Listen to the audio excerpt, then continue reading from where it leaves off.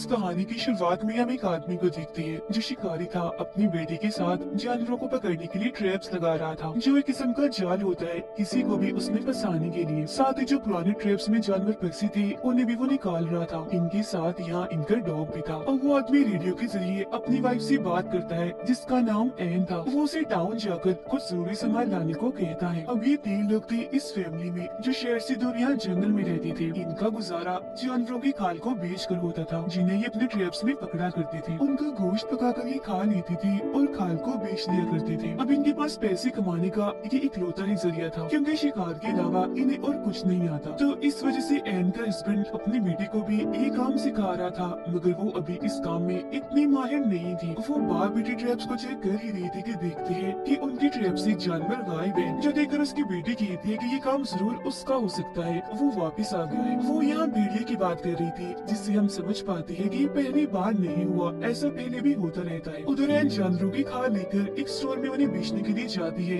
जहाँ वो काफी परेशान नजर आ रही थी क्योंकि खाल की कीमत गिरने की वजह से ना तो उसे सही पैसे मिलते हैं और ना ही खाने के लिए इतना सामान मिलता है। दुकान का मालिक उसकी परेशानी देखकर कहता है कि आम जानवरों की खाल के इतने ही पैसे होते हैं, अगर आपको ज्यादा पैसे चाहिए तो आपको भेड़िए की खाल लानी होगी। मगर फिर भी एन परेशान ही थी, ये सोचकर कि मैं भेड़िए की खाल कहाँ से लाऊं। वो वहाँ पर लगे पोस्टर्स को भी बड़ी गौर से देख रही थी जो किराए के घर के थे और अच्छी जॉब के। उसकी शक्ल देखने से लग रहा था कि वो घर भी लेना चाहती है और अच्छी जॉब भी करना चाहती है, मगर किसी वजह से नहीं कर सकती। उसे शिकार करना भी नहीं पसंद। वो भी यही चाहती है कि हम जंगल की बजाय टाउन में रहे और मैं अपनी बेटी को अच्छे स्कूल में भेज सकूं। मगर क्योंकि उनके पास इतने पैसे नहीं थे इसीलिए वो घर वापस आ जाती है। घर पर एन का हस्बैंड अपनी बेटी को खाना निकालना सिखा रहा था जबकि एन सबके लिए खाना बना रही थी। रात को खाने के वक्त भी सबका ही मूड खराब था क्योंकि पैसे ना होने की वजह से खाने को ठीक से कुछ था ही नहीं। और जब एन की बेटी ये बताती है कि हमारा शिकार किया जानवर भेड़िया ले गया, तो ये सुनकर एन को अपने हस्बैंड पर काफी गुस्सा आने लगता है क्योंकि उसने एन को ये बात नहीं बताई थी। वो अपने हस्बैंड को कहती है कि इस भेड़िए का कुछ करें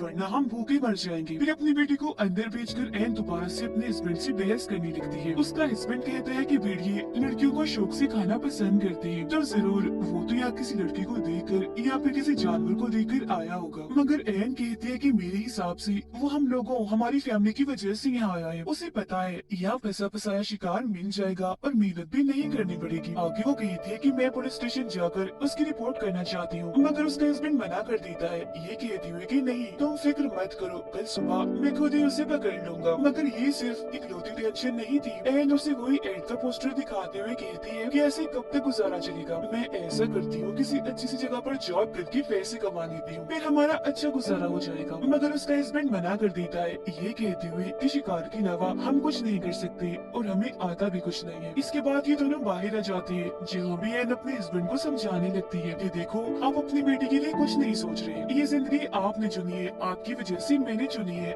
मगर हमारी बेटी को कोई चॉइस नहीं मिली जिसे वो चुनती। वो जो करना चाहती है उसे करने दीजिए। उसे इस वक्त पढ़ाई की टेंशन होनी चाहिए, न कि जानवरों की भेड़िए की। और यहाँ जंगल में कौन इंसान रहते हैं, ये कोई समझदारी तो नहीं। मगर नाक समझाने के बाद भी उसके हस्बैंड को समझ नहीं आती। वो कहता है कि हम रहते हैं ना इधर, ऐसे ही हमारी आगे आने वाली नस्ल भी रहेगी, मतलब कुछ भी हो जाए उनका ये जंगल नहीं छूटेगा। फिर अगली सुबह जब वो भेड़िए के शिकार पर जा रहा था तो अपनी बेटी की जिद करने पर वो उसे भी साथ ले जाता है, जो बात एन को जरा भी पसंद नहीं आती, जिस वजह से वो अपने हस्बैंड से रेडियो के जरिए बात करती है। वो कहता है कि जैसे मुझे भेड़िए के होने का एहसास हुआ, शिकार की नौबत आई तो मैं इसे वापस भेज दूंगा। जब वो जन आ भी जाती है क्योंकि उसे भेड़िए के पैरों के निशान दिए गए थे, वो समझ गया था कि जरूर वो आस पास ही है, इसलिए सारी बात समझाकर वो अपनी बेटी को वापस भेज देता है। साथ ही ये भी कहता है कि खुद मैं रात तक आऊंगा, जिसके बाद उसकी बेटी वापस आने लगती है। हालांकि उसके डैड ने कहा था कि डरना नहीं, घबराना नहीं, मगर जंगल से इतनी खतरनाक आवाजें आ रही थी कि उसकी हालत खराब हो जाती है। उधर एन का भी यही हाल था। नदी से पानी लाते हुए जब वो वापस आ रही थी तो उसे ऐसा लग रहा था जैसे कोई मेरा पीछा कर रहा है, इसलिए वो भी घबराई हुई थी। और बिल्कुल ऐसा ही उसकी बेटी के साथ भी हो रहा था। इसके बाद एन तो जैसे तैसे घर आ जाती है, मगर उसकी बेटी नहीं आ पाती। वो वहीं पर डरकर बैठ जाती है। एन के हस्बैंड को भी भेड़िया दिख जाता है, इसीलिए वो फौरन उस पर गोली चला देता है, मगर देखने से लग नहीं रहा था कि वो मर गया होगा। गोली की आवाज उसकी बेटी ने भी सुन ली थी,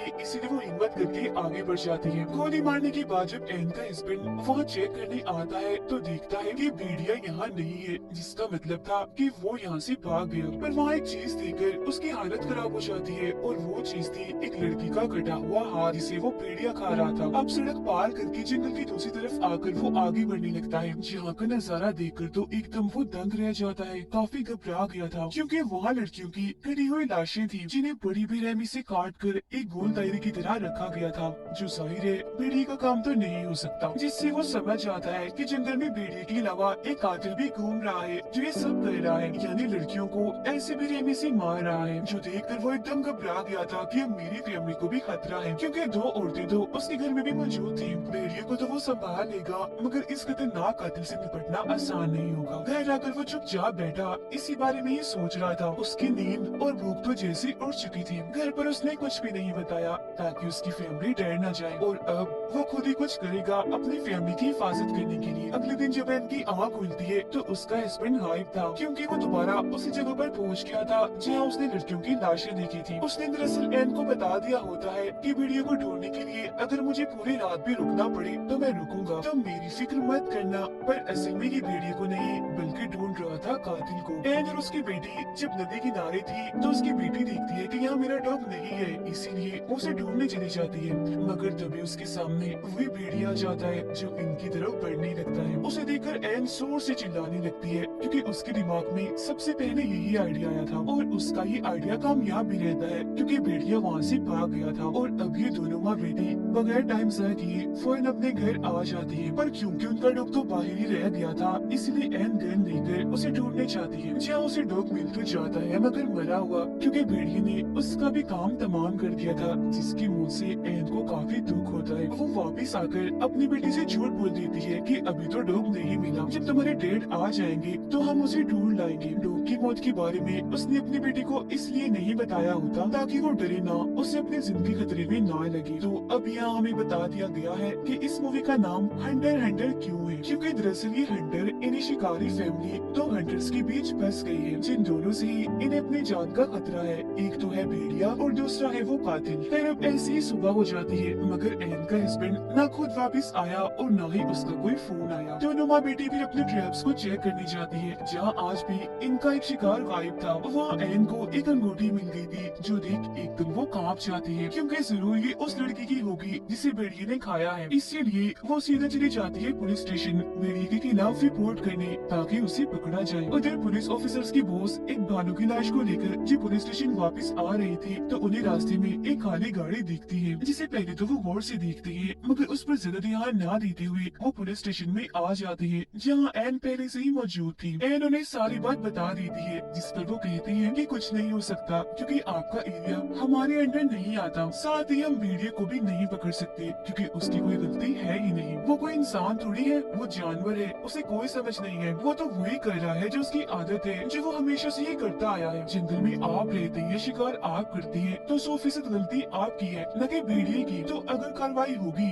तो आप लोगों पर होगी न कि भेड़िए पर। अब मदद तो नहीं मिली इसलिए एन को थोड़ा बहुत खाना लेकर ही घर वापस आना पड़ता है। फिर वो अपने डॉग को दफनाकर एक हिरन के बच्चे को मारकर अपने साथ घर ले आती है। अभी था तो गलत ही मगर खाने के लिए इन्हें कुछ तो करना ही था। उसके हस्बैंड का कुछ अता पता नहीं था। भेड़िया सिर पर सवार है, खाना खत्म हो रहा है इसलिए अब जो भी करना था एन को करना था। एन फिर अपनी बेटी के साथ मिलकर हिरन की खाल को उतारती है, जिसके बाद ये दोनों उसे पकाकर खाने लगती है। जहाँ तभी अचानक रेडियो पर कुछ हलचल महसूस होती है। एन बोलती तो है मगर आगे से साफ आवाज नहीं आती। फिर रात को जब ये दोनों माँ बेटी सो रही थी तो अचानक इनकी आँख खुल जाती है क्योंकि जंगल से किसी के चिल्लाने की आवाज आ रही थी। जब ये चेक करने जाती है तो हम देखते हैं कि एन का हस्बैंड नहीं है बल्कि ये कोई अनजान आदमी है जो काफी जख्मी था और मदद मांग रहा था। तब एन अपनी बेटी को वापस घर छोड़कर एक चीज पर उस आदमी को लिटाकर अपने घर ले आती है क्योंकि भेड़िया उनके आसपास भी हो सकता है। चेक करने पर उस आदमी के पास एक रेडियो निकलता है, साथ ही उसकी टांग की हालत भी काफी खराब थी। अब ये रात भी ऐसी ही गुजर जाती है। अगली सुबह जब एन की बेटी उसके पास आती है तो अचानक उसकी आँख खुल जाने की वजह से वो काफी घबरा गई थी। फौरन अपने मॉम को बुला लेती है। उसकी मांगने पर एन उसे पानी पिलाती है और टांग के जख्म पर टांगे भी लगा देती है। उसे देख एन की बेटी को अजीब लग रहा था, इसीलिए वो अपनी मॉम से कहती है कि डैड ने कहा था कि कभी भी किसी अनजान आदमी पर भरोसा मत करना। जो सुन एन कहती है, देखो उसकी हालत, वो कितना जख्मी है और अगर तुम्हारे डैड इधर होते तो वो भी इसकी मदद जरूर करते। उधर बोस दोबारा से जब पुलिस स्टेशन आ रहा था तो उसे वो गाड़ी फिर से वहीं खड़ी हुई दिखती है, जिससे वो समझ गया था कि पिछले 2 दिन से ये गाड़ी इधर ही खड़ी है। वो अपनी गाड़ी से उतरकर आसपास देखने लगता है और जब उसे कोई भी दिखाई नहीं देता तो उस गाड़ी का नंबर ही नोट कर लेता है। वो अनजान आदमी जागता है तो अपना नाम बताता है कि मेरा नाम लू है। एन उससे पूछती है कि इस जंगल में ज्यादा लोग नहीं आते तो तुम इधर क्या कर रही थी, जिसमें लू बताता है कि ये तो मेरी खासियत है, असल में मैं इस जंगल की तस्वीरें लेने आया था, मगर रास्ते में मेरी गाड़ी खराब हो गई तो मैं पैदल ही जंगल में आगे बढ़ गया, जहाँ अचानक मुझ पर किसी ने हमला कर दिया, जो शायद भेड़िया हो सकता है क्योंकि मैंने उसे देखा नहीं, और वो गाड़ी जो इतने दिनों से खड़ी है वो मेरी ही है। अब उसकी हालत इतनी खराब थी कि उसे हॉस्पिटल में जाने की जरूरत थी, मगर भेड़िए के होते ये नहीं जा सकती क्योंकि अगर भेड़िया वहाँ हुआ तो ये भाग नहीं पाएंगे। खैर फिर भी एन अपने बेटी की मदद से उसे गाड़ी तक ले जाने की कोशिश करती है, मगर रास्ते में लोग दर्द से चिल्लाने लगता है, इसीलिए उन्हें दोबारा से घर वापस आना पड़ता है। दोनों माँ बेटी ने अब जहर लगे गोश्त के टुकड़े वहाँ फेंक दिए थी, साथ ही ट्रैप लगाकर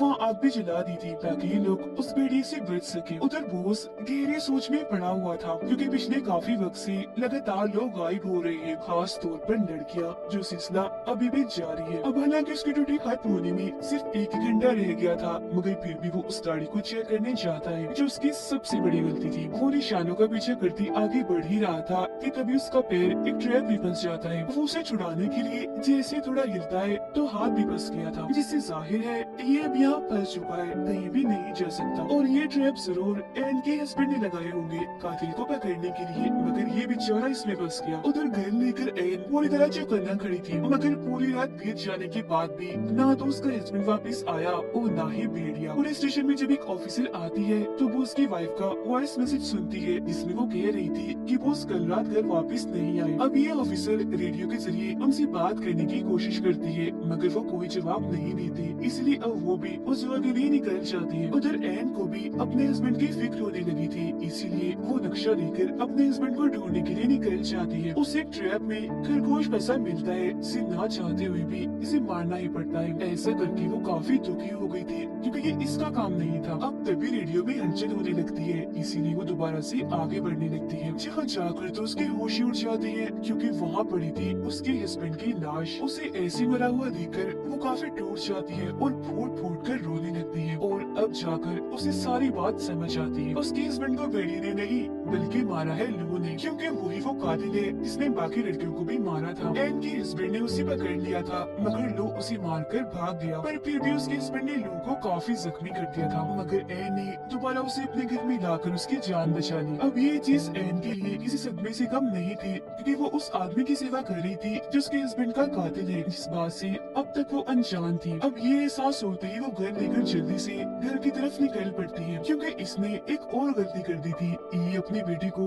लू के साथ अकेले छोड़ आई। उधर ऑफिसर भी उस जगह आकर वो उसको ढूंढने लगती है। वो उसको जब ऐसा महसूस होता है कि कोई यहाँ पर है तो वो अपने गन से 2-3 गोलियां चलाता है, जिससे बहुत जल्द ऑफिसर उसे ढूंढ लेती है और उसे ऐसे ट्रैप में फंसा हुआ देखकर फौरन यहाँ मदद बुला लेती है। एन बड़ी ध्यान से घर के अंदर जाती है, देखती है कि उसकी बेटी बिल्कुल ठीक है और बड़े आराम से सो रही है, मगर यहाँ वो कातिल नहीं था क्योंकि वो तो छुपा हुआ था दरवाजे के पीछे। फौरन ही वो एन पर हमला कर देता है, जिस जोर जबरदस्ती में एन की गन से गोली चल जाती है। जो आवाज सुनकर उसकी बेटी की आँख खुल गई थी, वो यहाँ आकर देखती है, मगर कोई फायदा नहीं होता क्योंकि तब तक एन को उन्होंने मारकर बेहोश कर दिया था। जंगल में पुलिस भी आ गई थी, मगर इससे पहले वो बोस को ट्रैप से आजाद करते बोस अपना दम तोड़ देता है। अभी नहीं आंखों के निशान दिखते हैं, जो देखकर सारे पुलिस ऑफिसर्स जंगल में आगे बढ़ते हैं। एन को जब होश आती है तो लोग उसे ट्रक की चाबी मांगता है, जिस पर वो कहती है कि एक शर्त पर, पहले बताओ कि मेरी बेटी कहाँ है। इस बात का तो वो कोई जवाब नहीं देता, मगर कहता है कि ऐसा कभी भी ना होता